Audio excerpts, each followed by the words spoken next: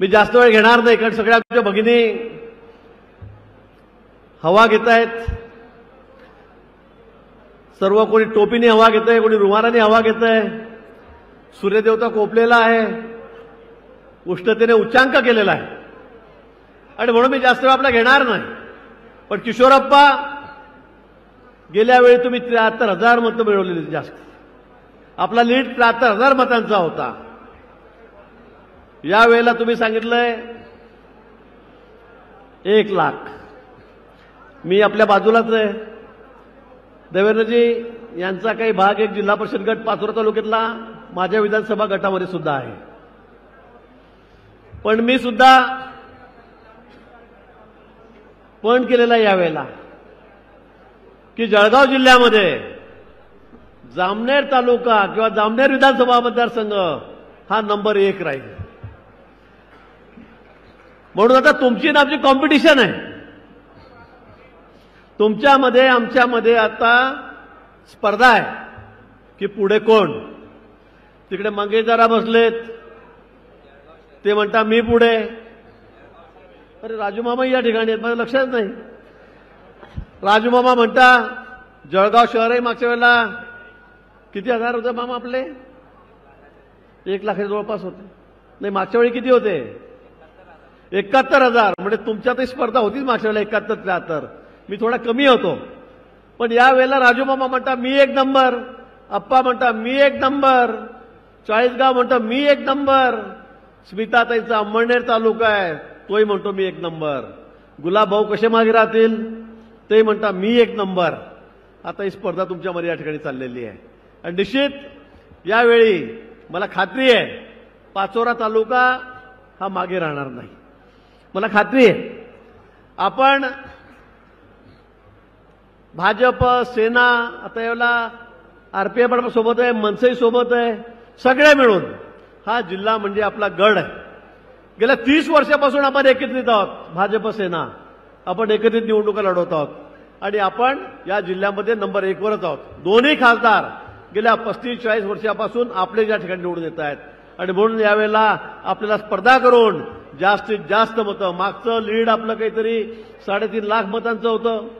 आता यावेळेला तोही आकडा आपल्याला पार करायचा आहे आणि त्याच्या पुढे आपल्याला जायचं आहे. आणि म्हणून मी आपल्याला या ठिकाणी विनंती करणार आहे. खरंच बोलायला खूप गोष्टी आहेत, अनेक गोष्टी आहेत. मोदीजींचं काम सांगण्यासारखं आहे. तासनतास त्याला लागतील. गरीब कल्याणकारी योजना आहेत, गरिबांसाठीच्या योजना आहेत. अगदी गॅसपासून, दिव्यापासून, शौचालयापासून, घरापासून, पगारापासून, 10-12 हजार रुपये शेतकऱ्यांना मानधन देण्यापासून अनेक गोष्टी आहेत. त्याचा उल्लेख मी या ठिकाणी करणार नाही. आज आपण 10 वर्षामध्ये काय बदल झाला, काय चित्र बदललं या देशाचं आपण जर बघितलं तर आपण दुसऱ्या रस्त्याने जरी गेलात, कुठेही जा, तुम्ही जिल्ह्यात जा, राज्यात जा, देशात जा, तर तुम्हाला दिसेल की किती चित्र या ठिकाणी बदललेलं आहे. आता तुम्हाला दणके बसत नाही. आता कुठे रस्त्यामध्ये खड्डे राहिलेले नाहीत. आता छोटेखानी गाडी फेल झाली तर पुढचे सगळा रस्ता बंद पडलेला आहे, ट्रॅफिक जाम झाली असं तुम्हाला दिसत नाही. रस्ते असतील, रेल्वे असतील, विमान सेवा असतील, या दुपटी तिपटीने अधिक वेगाने पुढे चाललेल्या आहेत. IIT असेल, IMA असेल, सगळ्या गोष्टी, सगळ्यामध्ये आपण आता पुढे चाललेलो आहेत. आणि सगळ्यात महत्वाचं काय असेल या देशामध्ये, तर मला वाटतं मोदीजींचा जो करिश्मा आहे हा सर्व जगामध्ये आहे, सर्व जगामध्ये. सुरक्षेच्या बाबतीमध्ये तर आम्ही इतके पुढे गेलेलो आहोत. मला वाटतं की पूर्वी आमच्याकडे साधं पिस्टल सुद्धा बनत नव्हतं. पिस्टल सुद्धा इम्पोर्ट करावं लागत होतं. AK-47, 56 या सुद्धा आमच्याकडे येत नव्हत्या. पण या 10 वर्षामध्ये मोदीजी पंतप्रधान झालेत आणि मी आपल्याला अभिमानाने सांगेल, आपल्यालाही कल्पना आहे की पाणबुड्या असतील, फायटर जेट असतील, त्या ठिकाणी मोठमोठे रणगाडे असतील, काय सगळे शस्त्रास्त्र हे आता आपल्या देशात बनायला लागलेले आहेत. आणि आपल्या देशातच नाही तर आपण आता त्या एक्सपोर्ट करायला लागलेलो आहोत. आणि म्हणून मला वाटतं देश इतक्या गतीने पुढे चाललेला आहे, इतक्या वेगाने पुढे चाललेला आहे, इतक्या स्वयंपूर्ण आपण व्हायला लागलेलो आहोत, ते फक्त या 10 वर्षामध्ये झालेलं आहे. आणि म्हणून एकीकडे राहुल गांधी आहेत, एकीकडे मोदीजी आहेत. कशी कम्पेअर होऊ शकते दोघांमध्ये? आपण सर्वे बघा, सोशल मीडियावर सर्वे आहेत. काँग्रेसला 45 ते 47 जागा दाखवल्या जात आहेत. किती?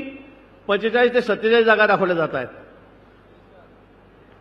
म्हणजे काय, कुठे कम्पेअर होऊ शकते, कुठे तुलना होऊ शकते? या ठिकाणी आपल्याकडे जी पुंगाणी कोण आहे, पिपाणी काय काय निशाणी काय त्यांची मशाल आहे आपल्याकडे. आता मला एक समजत नाही, या मशालच्या उद्धवजींचे 2 का 3 खासदार निवडून येतील की नाही अशी शंका सगळ्या राज्यभरामध्ये आहे. कुठल्या सर्व्हे रिपोर्टमध्ये ते दाखवला जात नाही. आणि इकडे संजय राऊत म्हणतायत वेळ पडली तर उद्धवजी पंतप्रधान होतील. आता काय बोलायचं त्याला, म्हणजे उद्धवजींच्या तर जिभेला हाडच नाहीये. म्हणजे देशामध्ये फक्त राज्यामध्ये हा पक्ष आहे. 17 का 18 जागा त्यांनी उभ्या केलेल्या आहेत. 2 का 3 निवडून येतील या बाबतीत सगळ्यांना शंका आहे. आणि आम्ही पंतप्रधान होऊ अशी स्वप्न पाहणारी सगळे मुंगेरीलाल के हसीन सपने अशी सगळे लोक आपल्याकडे या ठिकाणी आहेत. आणि म्हणून एकीकडे मोदीजी आहेत की ज्यांना अख्ख्या देशाने नाही तर जगाने गौरवलेलं आहे. अख्ख्या जगामध्ये एक गणमान्य नेता म्हणून त्याची ओळख झालेली आहे. आणि म्हणून आपल्याला आता विचार करायचा नाही तर पुन्हा तिसऱ्यांदा शिक्कामोर्तब करायचा आहे की मतदान कुणाला करायचं, कुणाला द्यायचं. आणि यावेळेला जनतेने ठरवून टाकलेलं आहे की यावेळेला देशामध्ये मोदीजींना 400 पार करायचं आहे. 400 पार मित्र, 400च्या वर खासदार हे आपल्या या ठिकाणी निवडून येतील. जगामध्ये आपल्याला महासत्ता व्हायचं आहे, जगामध्ये आपल्याला सुपर पॉवर व्हायचं आहे, विश्वगुरू व्हायचं आहे. तर त्यासाठी आता मोदीजीशिवाय पर्याय नाही. हे राहुल गांधी करू शकत नाही. राहुल गांधीचं बोलणं चालणं भाषण आपण सगळं ऐकतात. त्यांची कर्तबगारी काय हे आपण बघितलेली आहे. आणि म्हणून सगळ्या जगाने मान्य केलेलं आहे की सगळ्या जगामध्ये लोकप्रिय नेता कोण आहे तर ते मोदीजी आहेत. आणि म्हणून आपल्याला स्मिताताईंना त्या ठिकाणी निवडून द्यायचं आहे. स्मिताताईंना त्या ठिकाणी आपला खासदार म्हणून त्यांच्या मदतीला पाठवायचं आहे. या ठिकाणी काल टीका टिप्पणी झाली. किशोरप्पा बोललेत, मंत्री महोदय बोललेत, अनिल दादा, गिरीश महाजन कसले संकट मोचक, हे तर जिल्ह्यावरचं संकट आहे. मी म्हटलं जिल्ह्यावर असेल की असेल मला माहित नाही, पण तुम्ही इतक्या जोरात बोलतायत ना, तुम्हाला भविष्यामध्ये कळेल तुमच्यावर काय संकट आहे. म्हणून आता तुमच्यावर काय संकट आहे. अरे 2-2ला तुम्हाला आमदार केलं, एकदा पक्षामध्ये आले, एकाच महिन्यामध्ये यांना तिकीट दिलं. आणि किती आग्रहाने दिलं त्यांना माहित आहे. किती आग्रह केला मी.